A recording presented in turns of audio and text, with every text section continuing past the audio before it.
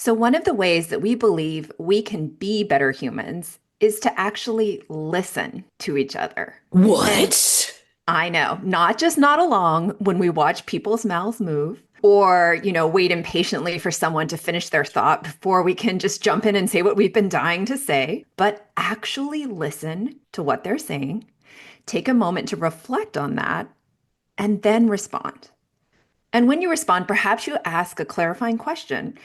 Perhaps you share a reflection, or perhaps you simply agree and ask for more details. Regardless of your response, honestly, if you're really listening, people will know. And the bonus is that people will see you in a better light as a result. If you're curious about how to be a better listener, we offer two experts on the topic who help us understand, what do you mean by radical listening?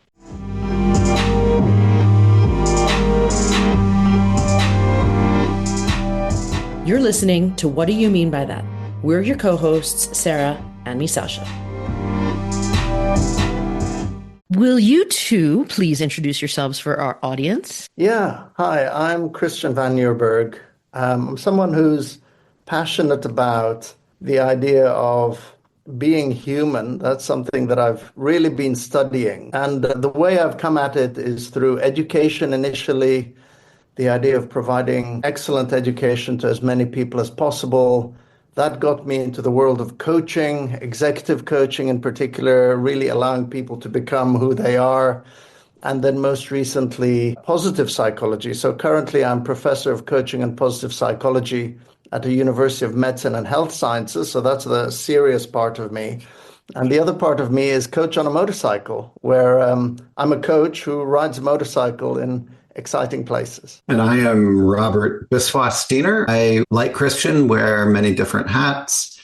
I have about a quarter century of research experience under my belt. Although I've never had a formal academic position, I continually publish in the academic research, focusing on positive topics related to well-being, courage, leadership, friendship, hospitality, but basically positive psychology topics. And I just don't want that information to languish in arcane journals. I'm also interested in translating new and emerging knowledge into usable skills and applications. So like Christian, I am also a coach and coach trainer and do what I can as a consultant to see if we can make meaningful change so that people can live better lives. Okay, so I'm super excited to have this conversation. And as the only non-coach and non-positive psychology human on this call, which is rare because normally Sarah's like, I'm the only non-attorney. So I am super excited to be in this space. And you two are the authors of Radical Listening. And I want to start with asking,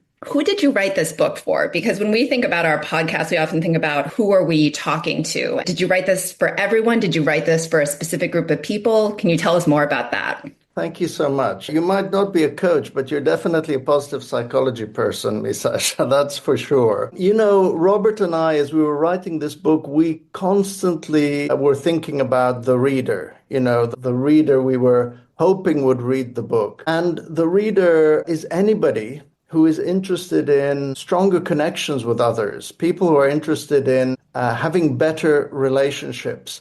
Now, in practical terms, when we were writing, we used some examples from the business world because this is very relevant for leaders and managers.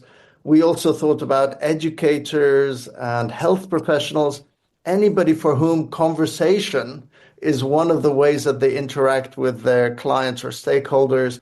But what matters most to me is that people can take some of this learning and apply it to their personal life. I love that. Then taking that a step further, then, what do you mean by radical listening? And what do you see as the role that radical listening plays in being a better human and a better connector? One of the things that inspired, at least me, I don't want to speak for Christian, to write this book is I felt that active listening, which was sort of the prevailing listening technology, kind of needed an update and a refresh. Most people are familiar with active listening. You make eye contact, you parrot back what the person says to clarify that you're hearing them correctly and that you understand them.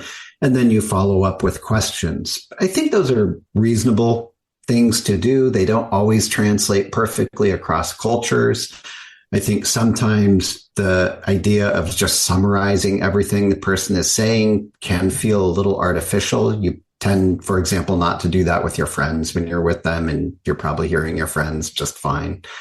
So what we wanted to do is kind of update and extend that, offer something fresh.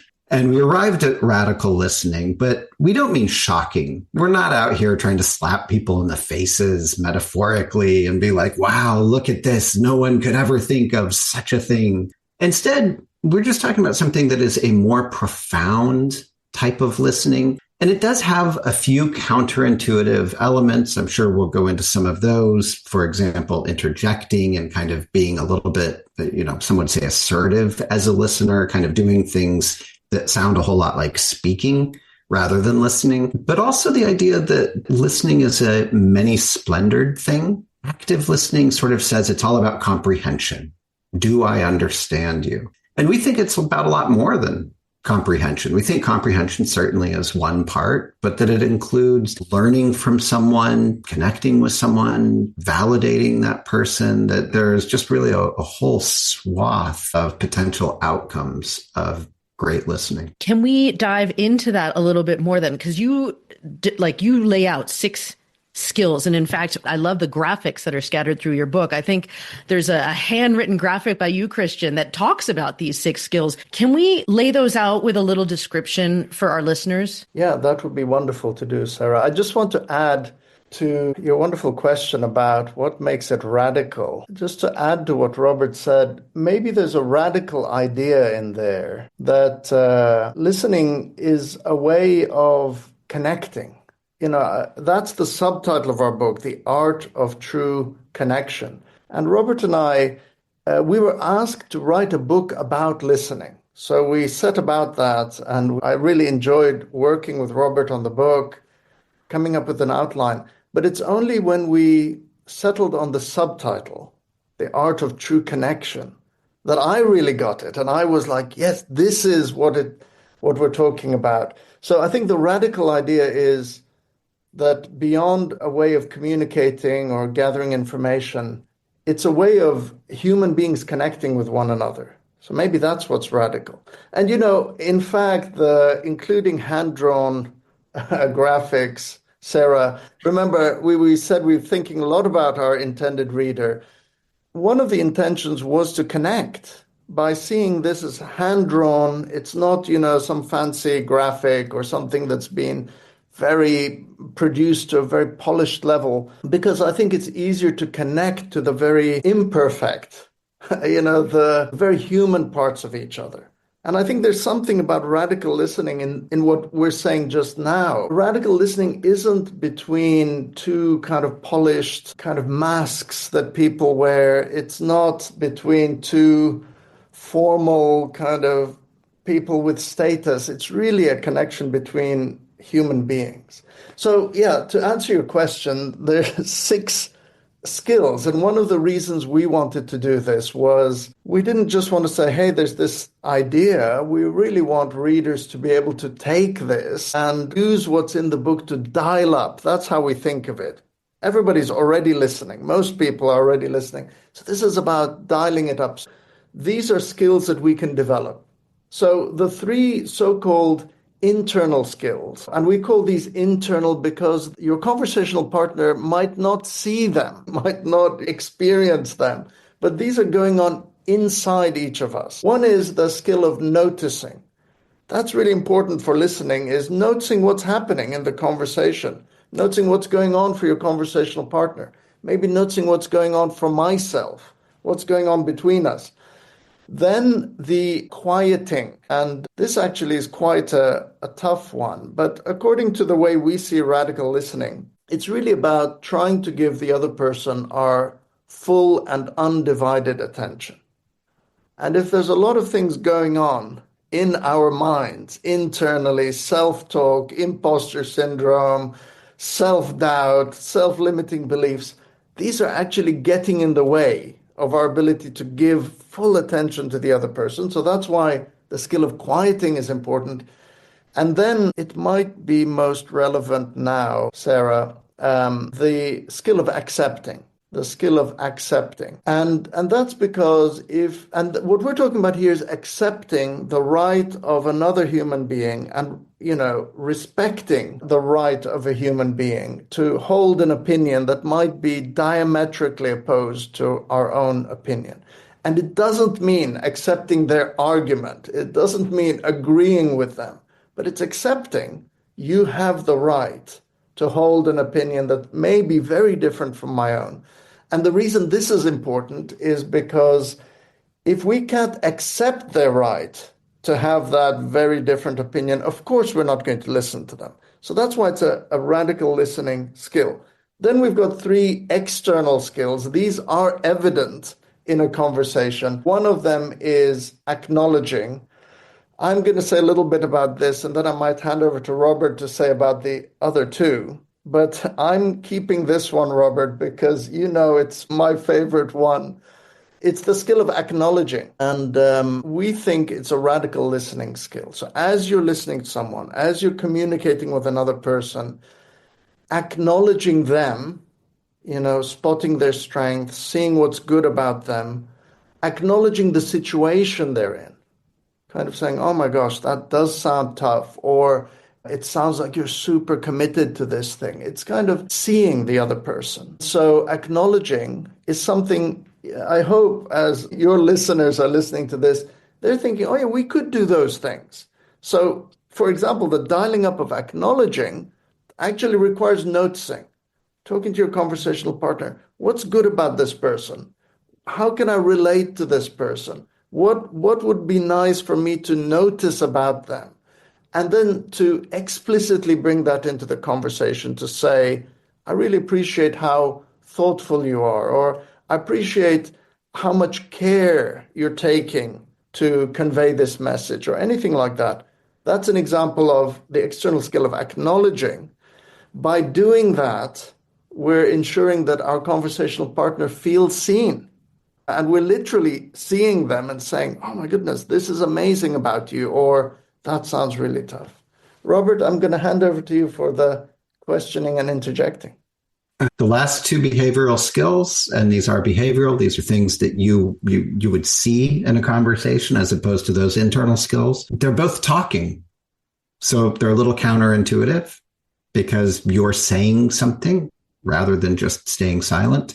And they are questioning.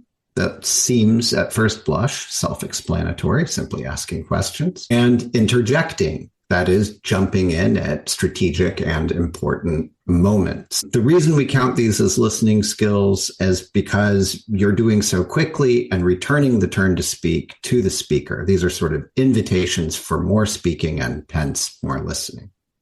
I guess first I want to appreciate that you said in this time, accepting and then also acknowledging can sometimes be a fraught thing at this point in society in particular, because I think it's very, human to feel like, well, if I do that, that means I agree with their point of view and I'm validating it. Like, how can we feel comfortable being that person? And then I think on top of that, because of that discomfort, the question for me is, all of these feel like a pain in the butt. Like, if I want to just not do this, I'd be fine, right? Like, so what is in it for me? You mentioned the connection, and I would love to dive into a little bit more there. It's such an important question because radical listening actually does take effort. You're right, Sarah. It could be a pain in the butt to think, oh, every time somebody's going to talk to me, suddenly now I've got to turn into Yoda and, just let them talk for ages. Radical listening is important if you care about the relationship. So that's number one. So if the relationship is important to you, then radical listening will strengthen that relationship. And in fact, radical listening is a way of showing somebody that that relationship is important to you. So that's number one. Number two, which is more to do with what's happening right now, I think, is when we think, the way things are going is not sustainable. We just can't carry on like this, right? So that could be in a work context as well. You could have had the relationship between yourself and a colleague could have been damaged, but you're not able to do your job if that relationship isn't repaired. So I think in those cases where either the relationship is important or it's necessary for humans to work together, we're seeing radical listening as almost the first step. How do we break the cycle of people not listening to each other? Our radical idea is that we take on a bit of vulnerability, we do take a bit of a risk, and we reach out by saying, hey, I'm interested in you.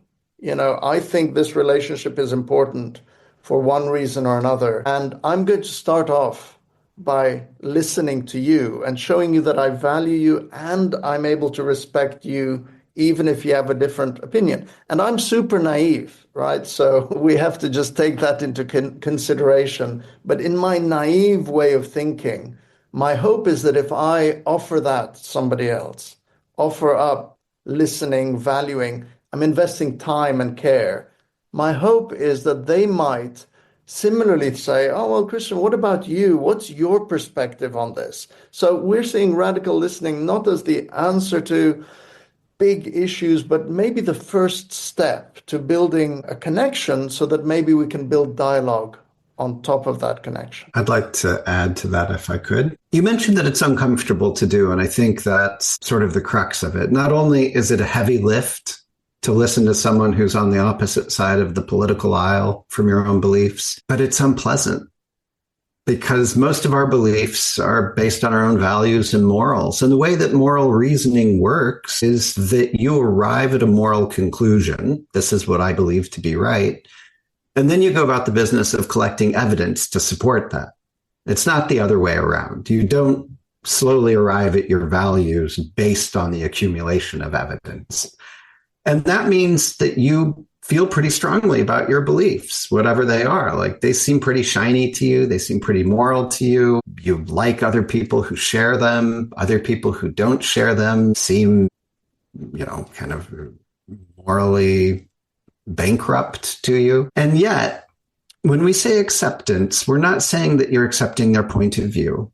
You're merely accepting the fact that they have a right to that point of view.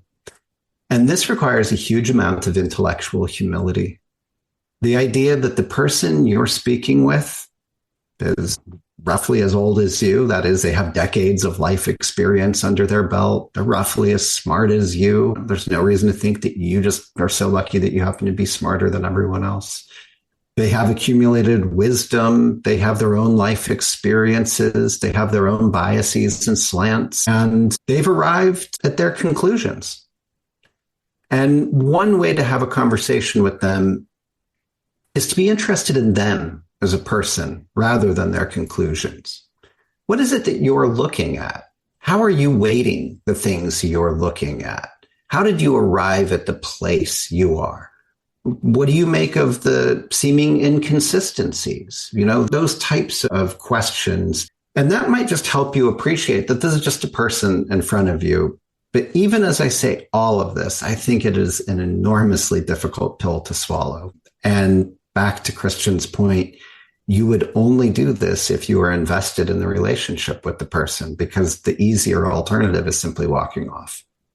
As you were speaking, I noticed that my breath was getting more shallow, and I was in that conversation with someone in my brain about, across the aisle. And I feel like when you say it's work, I mean, it makes sense. When you're invested in a relationship, you're willing to do often what it takes. But, that means you have to set the environment for you being able to. Like, I need to be able to be aware that I should right now take a deep breath, get back into my body. And I feel like in your book, you talked about there's some environmental things that are more conducive to listening better.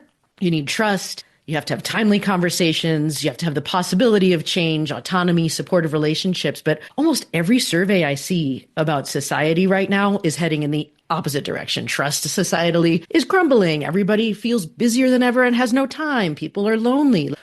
What are some important preconditions or things that we can do to create an environment for our lives to feel more safe and able to have these challenging conversations and listen better? Yeah, I think it's such a beautiful irony, isn't it? That at the time that this probably is the most difficult, it might be the most needed.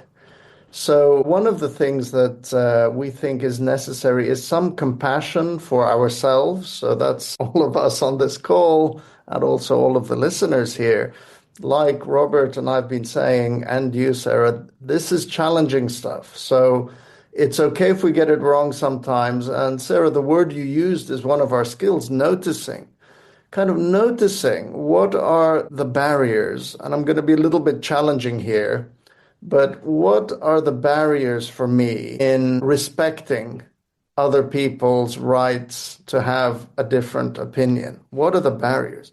And like Robert was saying, usually the barriers are defenses. Our defenses come up, and once our defenses come up, we're not listening. Neither is the other person. Their defenses are going to come up.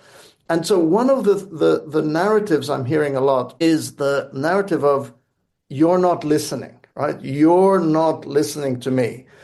And that actually makes things worse. I mean, even if that's your impression that the other person's not listening to you, it really creates this combative mindset of you're not listening, you should be listening. And so maybe what might be needed right now is our courage and inner calm. That's the quieting thing. Quieting ourselves and think, what is it that we really want? And what can I do right now? And I think these are really about tiny steps, but maybe many of us could be taking these steps. This idea of reaching out to people with whom we have differences and seeing if we can remind ourselves of that essential human to human connection. Now, I've already admitted I'm super naive, right? But I have coached many hundreds of people. And I grew up, in fact, in a war zone. I grew up in Beirut, Lebanon, during the Civil War. And I learned very quickly, one of the things I learned is don't trust anyone. Don't trust people, doubt their motivation, be very careful.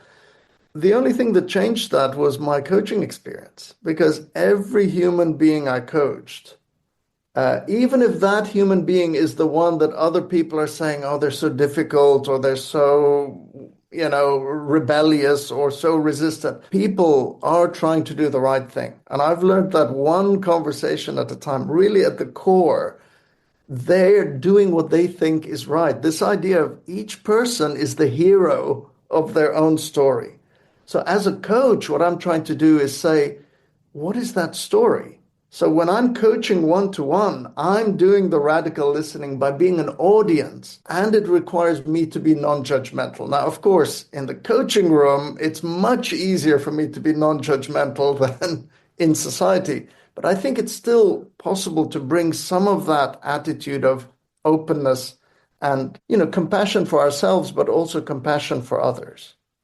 Do you mind if I ask Christian a question? Is that like trying to take your job away from you? I just think it's so interesting that you said that it's easy to be non-judgmental in the coaching room, but not elsewhere. But I mean, my challenge then would be like, whatever mechanism you're using in the coaching room, why is that so limited elsewhere? Yeah, it's actually a great question, because I go into coaching conversations thinking it's my job to create the ideal environment for people to think. And I know people aren't going to do their best thinking if they're going to be judged. So it's my professional role. I take that really seriously. And therefore, I'm able to say, whatever that person says, I'm not going to judge them for it, because that's the agreement. But then when I'm outside the coaching space, I'm a human being like everyone else. And I'm not in that facilitator role. I'm out there. So, it would be wonderful to think there were a super facilitator who would look after me as I interact. And, I notice the signs. I notice when I'm starting to shut down, people are saying things that I cringe at, and I really wish they wouldn't say those things. And I do notice it in everyday conversation. Whereas if the client had said that in the coaching space, I'm like, this is their time. And in fact, really radical listening, if we want to define it, we can define it from the outcome.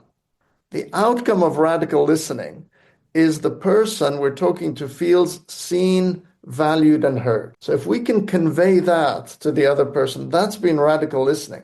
In coaching, I think that's my job, that I'm paid to do that. So I kind of I would say, well, my own values, etc., they're for me. I would keep them out of the coaching conversation. And I've coached all over the world, so this is relevant. Sometimes people are talking about things that I wouldn't agree with. But I'm like, this is the job, this is the agreement.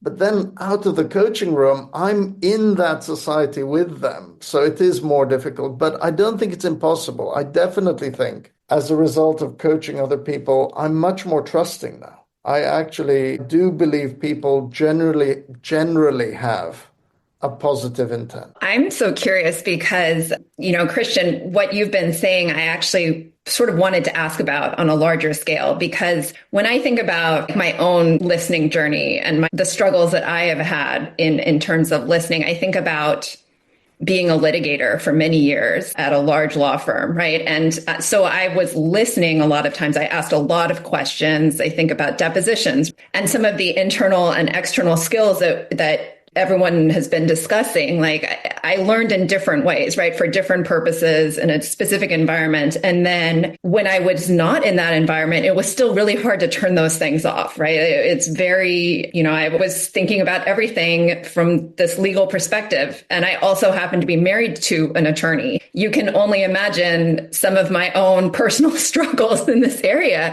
so I'm so curious, what has as you two have been working on, creating this wonderful framework for radical listening, what have been some of the struggles that you have come up against? This is such a fantastic question, and thanks for being honest about your own background. I like the phrase listening journey. In part, it goes back to the idea that listening is intentional and that there are so many different intentions for listening. So being a litigator is a perfect example of what we would call antisocial motives or intentions for listening. And that is when someone's talking, you are listening with the intention of arguing against it or undermining what they're saying. So you're listening for inconsistencies, for logical fallacies, for weak evidence. And when you have an ear out for that, it directs your attention just to those things. On the other side of antisocial intentions are pro-social intentions. So some of these are things like, I'm listening just to appreciate you. And here, that intention will direct your attention to the person's emotional state, to some of the keywords they're using. And then there are other intentions that are neither anti nor pro-social that are just things like, I just want to learn. This is just about acquiring new knowledge, or I just want new information. I want to understand, I would need better comprehension for myself. Christian and I, and it sounds like you as well, Ms. Asha, all have our own leanings. And some of these are influenced by our professional roles. Some of them are influenced by the cultures, family, and larger cultures in which we were raised. So at risk of speaking on behalf of Christian, he is one of the most respectful listeners I have ever come across. I mean, he just gives you this full attention. He's not pushing back too overtly. He's really giving you a lot of space and time to say your piece. And I'm not that. More likely to jump in. I'm more likely to ask a challenging question. I can come across, maybe more assertive, but maybe more aggressive if we're using that word. So I use a lot more interjection. Christian uses a lot more sort of turn-based politeness. They're both effective strategies. I mean, we both ended up here, and I think we're both doing all right. But we had to, I think, do some mental gymnastics where we really came to appreciate the other person's style just in order to collaborate well. Yeah, that's true, Robert. And the one that I've learned from you is interjecting. And, I was brought up by a Japanese mother, and that was the very clear thing is never interrupt. So and I'm a coach. I train other people to be coaches. I remember teaching. There's no circumstance in pretty much where you interrupt. But yeah, I think we learned together. And, the perfect example would be your conversational partner says something and you think, oh, I want to comment on that and I'll come back to it. So you kind of make a little note, or you think, I'll come back to that. You allow them to finish their whole trajectory. And then you jump in and say, remember 20 minutes ago when you said X, Y, or Z.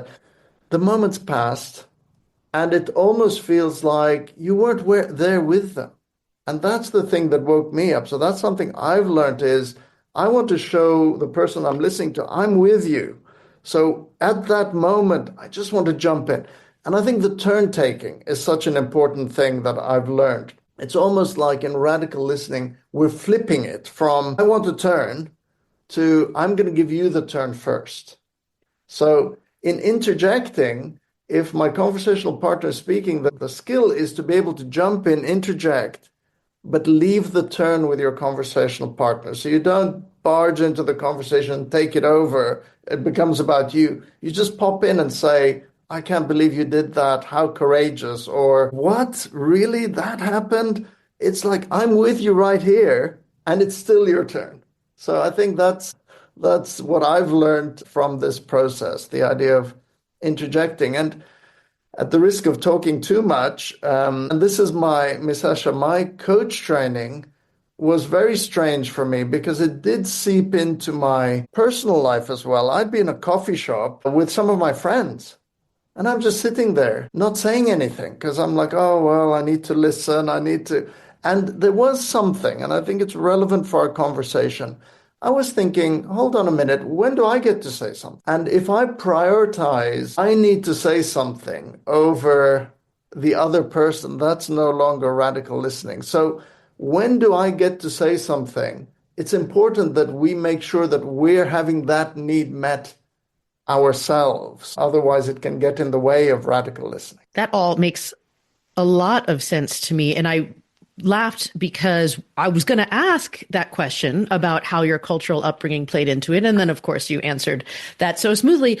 I think that part that you add in your book about us making sure we're aware that each of us does have some sort of culture that we were raised in, and to make the assumption that, well, they're not interrupting as much, they're not the right, like we have to be mindful not to center our own experiences and ways of listening and judge others based on that, and to at least spend a moment thinking, could they be coming from a Japanese culture? Could they be coming from a more collectivist versus individual culture? I think is an important layer to the ability to listen as well. Chapter on culture that we wrote in Radical Listening was the most difficult to write. And I just think that in a very blanket way, it's tough to write about culture because culture is the idea that there are broad averages, and it runs the risk of sounding like stereotyping. People from Japan are this way. People from the United States are that way. So we had to kind of dance around the idea that there are very, very genuinely cultural scripts that dictate how people ought to communicate. There are norms, and these norms are taught generationally. And they include things like the perception of silence. And in Japanese culture, one that you've named, the interpretation of a silence can be that it's very respectful, that you would rather do silence instead of disagreeing, for example. Or you would engage in silence to indicate how thoughtful you were being, or to give the other person a turn. And that exact same silence, in my own culture, of the United States, imagine a silence during a first date, for example, and just, how awkward that might feel. And just you think, oh, well, we're not connecting. And you just kind of like your mind just rushes to fill in what's going on here that no one's speaking. And it's not just those two cultures. It's all the different cultures in the world have different default settings for silence, for the use of storytelling, for interruption, and for all the conversational gambits. And I think it's just really wonderful to know not only what yours is, but also what the cultural defaults for the person you're speaking to are, even if that person's not the prototypical example of that culture. They might deviate in some ways. But I think it is helpful to think of culture as a conversational script, and then you can kind of see what's happening in this conversation through that lens. Thank you for adding that layer of context. I'm aware of the time, and so I wanted to ask you both, maybe if you could share, like if you were to suggest one or two favorite tips for the listeners on how to become better listeners, what would you suggest? One thing that jumps out for me, Sarah, and by the way, thank you for this wonderful conversation. You're both being radical listeners, Sarah and Miss Asha, because it feels to me like you're very interested in this topic. And there is that element of it, demonstrating beyond doubt that you're interested. So that would be one tip I have already, is don't think that it's enough to be interested. Think about, how can I demonstrate? Because if the person speaking has any doubts, I wonder if what I'm saying is interesting, I wonder if this is boring. If they look at you and you look interested, then you're helping their thinking. So that's one thing I would say, is not just be interested, but how do we demonstrate that we're interested? The other is to go into conversations with thinking about a positive intention. So deciding, we talked a little bit about intentions already. So what's my intention for this conversation?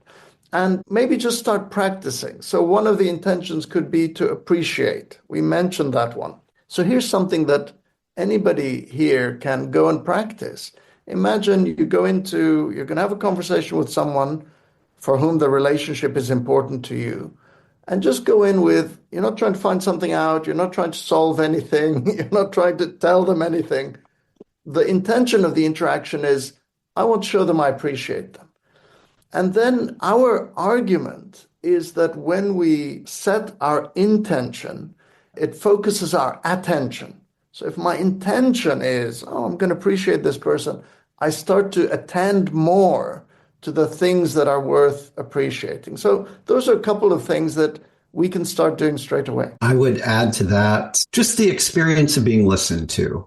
So, in the days, the week that you have before you, take particular note of any conversation you have where you feel like, wow, this person's really listening to me. And how does that feel? Indications do you have that you're being listened to in a special way? What is it that that person is doing? And both by calling forth the experience and highlighting it for yourself and musing a bit on what it is that your conversational partner is doing, I think you then are in a good position to turn the tables and do that for others, sort of passing it forward, if you will. I appreciate both of those responses very much. Thank you. Well, thanks so much for spending time here. Is there anything that we haven't asked that you feel like you need to share? What a great question. Anything I need to share? Well, I have shared it with both of you just before we started, but I feel I need to share how much I appreciate the podcast that you do, and definitely the positive intention that both of you have about making things better. I really appreciate that. Yeah, I would echo that. Thank you both so much for what you do. Well, thanks for spending this time with us. You've been listening to What Do You Mean by That? A show dedicated to being better humans and getting loud for all of us. Hat tip to Sarah's daughter for the logo, and huge thanks to Misasha's son for our incredible theme music. Find out more and subscribe to our newsletter at whatdoyoumeanbythat.com. Because as always, it's all of us or it's none of us.